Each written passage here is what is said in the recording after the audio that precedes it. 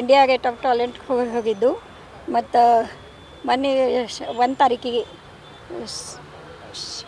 1 ತಾರೀಕಿಗೆ fit India government central ಗೌರ್ಮೆಂಟಿಂದ ನಮಗೆ ಸಿಲೆಕ್ಟ್ ಮಾಡಿದ್ರಿ.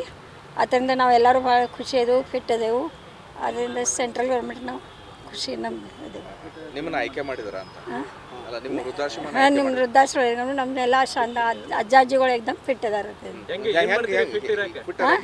ನಾವು ಮುಂಜಾನೆಯಿಂದ ಎಲ್ಲ ಹೆಲ್ತ್ ಫಿಟ್ ಇರೋ ಸಲ ಮುಂಜಾನೆ ಎಲ್ಲ ಕೆಲಸ ಮಾಡ್ತೇವೆ, ರೊಟ್ಟಿ ಮಾಡ್ತೇವೆ ರೀ. ಮತ್ತೆಲ್ಲ ಕೆಲಸ ನಾವು ಮಾಡ್ತೇವೆ ರೀ. ಫಿಸಿಯೋಥೆರಪಿ ಮಾಡ್ತೇವೆ ರೀ, ಡ್ಯಾನ್ಸ್ ಮಾಡ್ತೇವೆ, ರೀಲ್ ಮಾಡ್ತೇವೆ. ನಮ್ಮ ಮಗಳು ತೊಗೋತಾಳೆ ರೀ. ಹಾಂ, ಡೈಲಿ ರೀಲ್ಸ್ ಮಾಡ್ತೇವಲ್ಲ ರೀ, ಯೋಗ ಮಾಡ್ತೇವೆ, ಎಲ್ಲ ಕೆಲಸ ನಾವು ಮಾಡ್ತೇವೆ. ಎಕ್ದಮ್ ಫಿಟ್ ರೀಲ್ಸ್ ಮಾಡ್ತೇವೆ. ಖುಷಿ ಎಕ್ದಮ್ ಖುಷಿ ರೀ, ಎಕ್ದಮ್ ಫಿಟ್.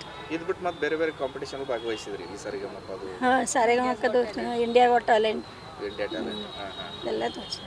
ಸಾರೆಗಮಪ ನಾ ಅಂದ್ರೆ ಇನ್ನೂ ಹೊಸವಾಗ್ಯದೇನು ರೀ.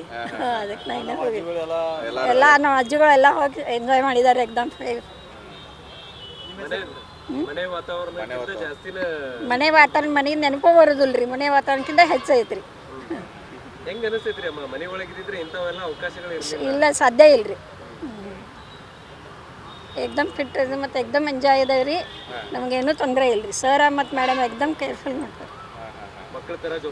ಹಾಂ, ಮಕ್ಕಳಿಗಿಂತ ಹೆಚ್ಚು ಮಾಡ್ತಾರೆ ರೀ ನಾವು.